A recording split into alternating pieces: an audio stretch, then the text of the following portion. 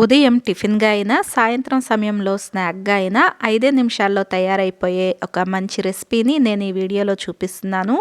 పిల్లలైతే దీన్ని చాలా ఇష్టంగా తింటారు. చేసుకోవటానికి కూడా తేలిగ్గా ఉంటుంది. Welcome to Vantalammi. నేను మోనిక. మీరు గనక ఈ ఛానల్ను మొదటిసారిగా చూస్తున్నట్లయితే తప్పకుండా సబ్స్క్రైబ్ చేసుకోండి.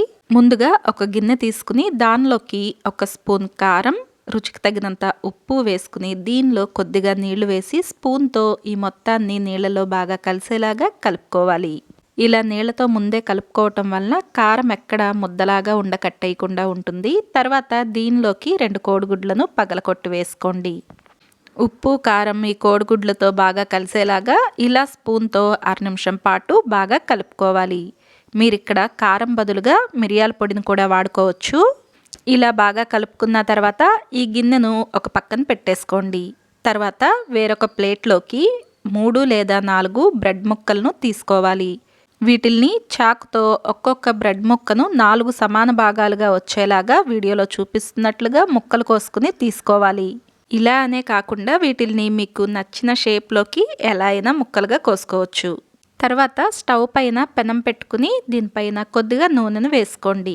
ఇది చేసుకోవటానికి ఇనుప పెనం అయితే బాగుంటుంది. ముందుగానే కలిపి పెట్టుకున్న కోడిగుడ్ల మిశ్రమంలోకి ఒక బ్రెడ్ ముక్కను తీసుకుని ఈ బ్రెడ్ ముక్కకు 2 వైపులా కూడా ఈ మిశ్రమం అంటేలాగా ఇలా ఒకసారి 2 వైపులా ముంచి తీసుకోవాలి. తర్వాత ఈ బ్రెడ్ ముక్కను వేడెక్కిన ఈ పెనం పైన వేసుకోండి. ఇలాగే మిగిలిన బ్రెడ్ ముక్కలను కూడా కోడిగుడ్ల మిశ్రమంలోకి ఒక్కొక్కటిగా ముంచి తీసుకుని ఇలా పెనం పైన వేసుకోవాలి. బ్రెడ్ ముక్కలను ఎక్కువసేపు కోడిగుడ్ల మిశ్రమంలో ఉంచకుండా ఇలా ఒకసారి వేసి వెంటనే తీసి పెనం పైన పెట్టుకోండి. ఇవి వేయించుకోవటానికి మంటను పూర్తిగా తగ్గించేసి సన్నని మంట పైనే పెట్టుకుని చేసుకోండి. ఇవి ఒకవైపు కొద్దిగా కాలిన తర్వాత రెండో వైపుకు వీటిని తిరగేసుకోవాలి. తర్వాత ఈ పై వైపున కొద్దిగా నూనెను వేసుకోండి. నూనె వేసుకున్న తర్వాత కాసేపు కాలనిచ్చి రెండో వైపుకు తిరగేయండి. ఇలా 2 వైపులా మంచి రంగు వచ్చేంత వరకు కూడా సన్నని మంట మీదే పెట్టుకుని వీటిల్ని 2 వైపులా మంచిగా కాల్చుకుని తీసుకోవాలి. తర్వాత పెనం పైన మరి కాస్త నూనెను వేసుకోండి. కోడిగుడ్ల మిశ్రమంలో మిగిలిన బ్రెడ్ ముక్కలను కూడా ముంచి పెనం పైన వేసుకుని సన్నని మంట మీద 2 వైపులా మంచి రంగు వచ్చేంత వరకు కాల్చి తీసుకోండి. అంతేనండి, కోడిగుడ్లు ఇంకా బ్రెడ్తో ఎంతో రుచిగా ఉండే ఒక మంచి స్నాక్ రెసిపీ మనకు తయారైపోతుంది.